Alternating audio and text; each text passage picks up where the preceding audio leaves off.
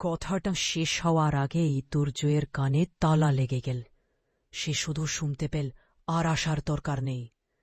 সবেমাত্র শুরু হয়ে একটা পথ যেন এক লহমায় শেষ হয়ে গেল। এই সামান্যতম অবলম্বনটুকু তার হাত ফসকে বেরিয়ে গেল। চাকরিটা সামান্য হলেও এই চাকরি হারানোর ধাক্কাটা ছিল মারাত্মক। জীবনের কঠিন সংগ্রাম অফিসের গেট থেকে বের হয় সে যখন একা রাস্তায় দাঁড়াল, তখন তার নিজেকে আরও বেশি নগণ্য মনে হল।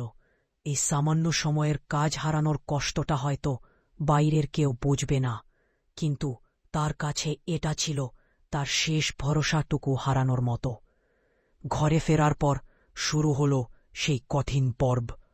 পরিবারের কাছ থেকে সে কোনো সান্ত্বনা পেল না, বরং পেল আরও বেশি চাপ। এই কাজটাও ধরে রাখতে পারলি না? কতদিন আর এভাবে বসে থাকবি? বাবা মায়ের এমন কথাগুলো যেন তার ক্লান্ত বিধ্বস্ত মনটাকে বিঁধে দিল। তারা বুঝতে পারছিলেন না যে দুর্জয় ইচ্ছে করে কাজ ছাড়েনি।